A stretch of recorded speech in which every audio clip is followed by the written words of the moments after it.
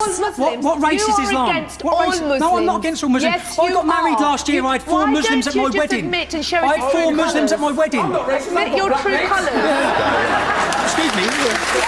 The name Tommy Robinson is a fixture in the UK's media landscape, a name that sparks instant controversy. But who is the man behind this carefully constructed persona?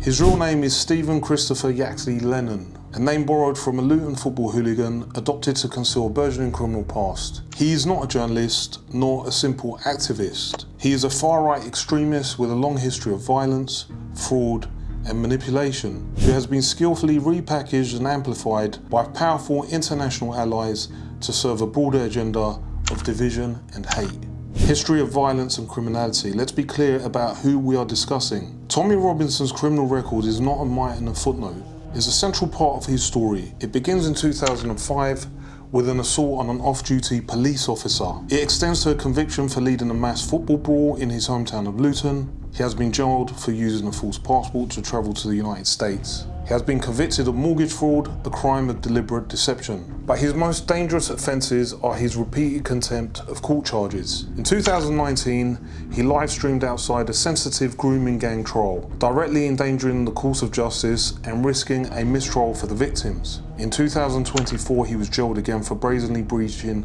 a court injunction, with the judge stating he showed no remorse and considered himself above the law. This pattern reveals a man who believes the rules do not apply to him. A man for whom causing chaos and intimidation is a primary tactic, as seen in his stalking campaign against journalist Lizzie Dearden to silence her reporting.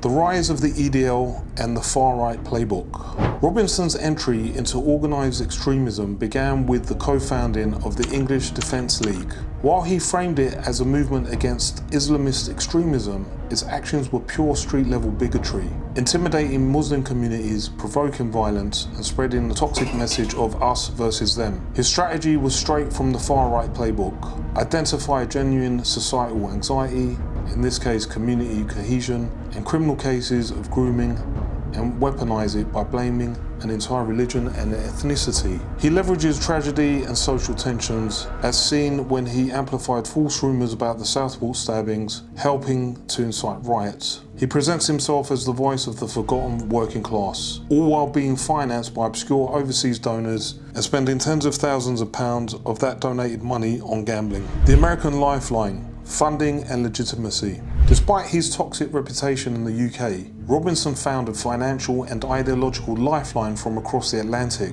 He was bankrolled by American far-right and pro-Israel groups who saw him as a useful weapon in their own cultural wars. The Middle Eastern Forum, a pro-Israeli think tank, openly admitted to funding his legal fees and demonstrations to the tune of $60,000. He was put on the payroll of Rebel News, funded by the ultra-Zionist billionaire Robert Shulman. This support is not about free speech, it is a transaction. These groups gain a loud, aggressive British voice to amplify anti-Muslim narratives, which in turn helps build public sentiment against Palestinians and in favour of aggressive Israeli policies. Robinson, in return, gets the money and legitimacy he craves, allowing him to pose as a credible commentator rather than a convicted criminal. The intellectual enablers, Peterson and Musk. This rebranding effort was supercharged by two of the most influential figures on the modern right, Jordan Peterson and Elon Musk. Jordan Peterson, the Canadian psychologist, provided the intellectual veneer by hosting Robinson for long, sympathetic interviews on his podcast to millions of subscribers. Peterson reframed the story.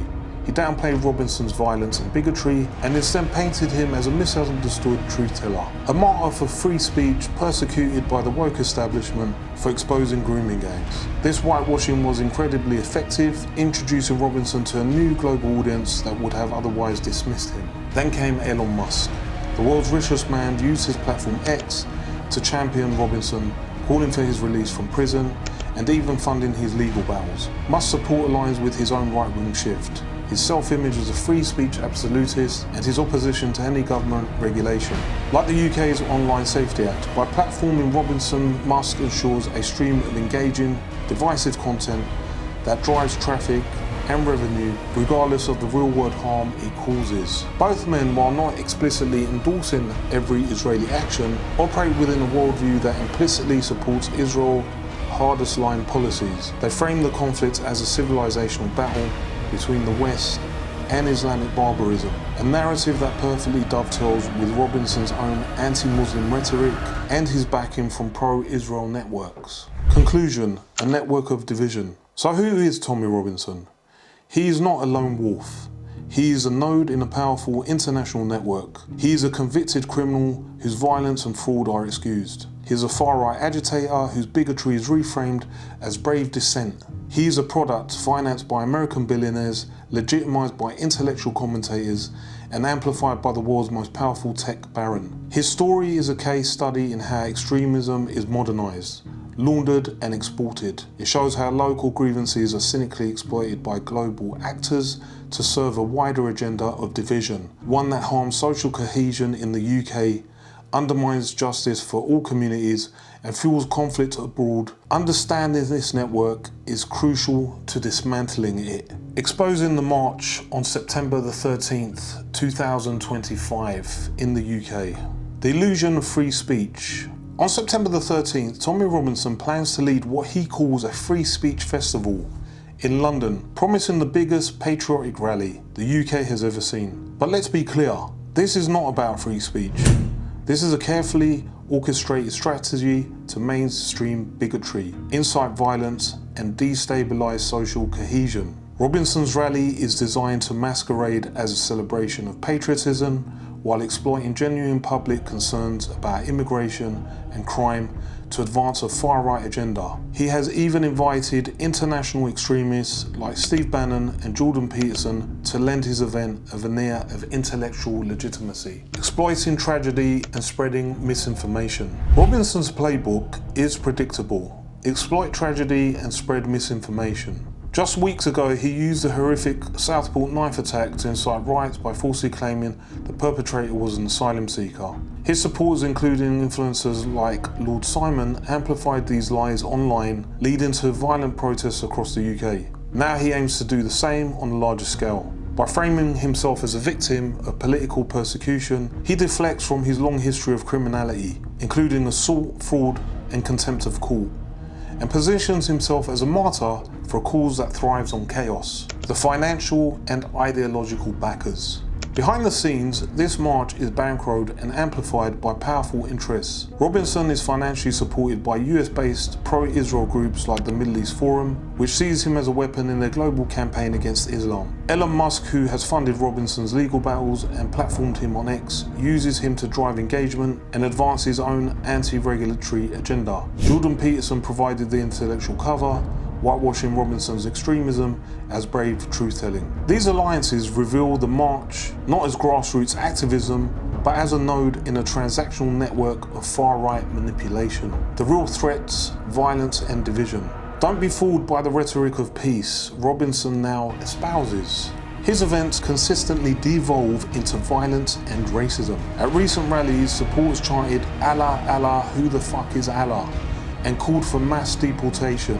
His movement attracts neo-Nazis, conspiracy theorists and football hooligans, all united by hatred of Muslims, immigrants and the elites they blame for societal problems. The march on September 13th will embolden these elements, endangering communities and straining police resources. The counter-mobilisation, why resistance matters. Thankfully, thousands are mobilising to oppose this hatred.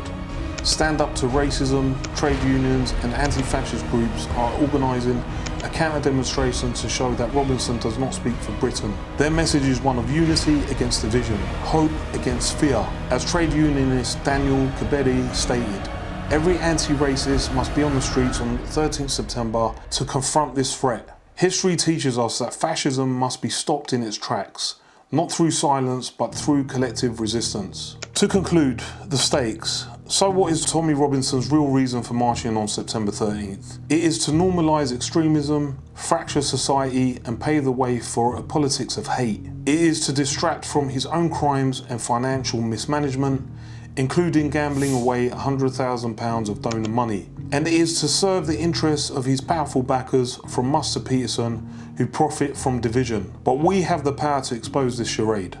By standing together on September 13th, we can affirm that love triumphs over hate, truth over lies, and unity over bigotry. The future of our democracy depends on it.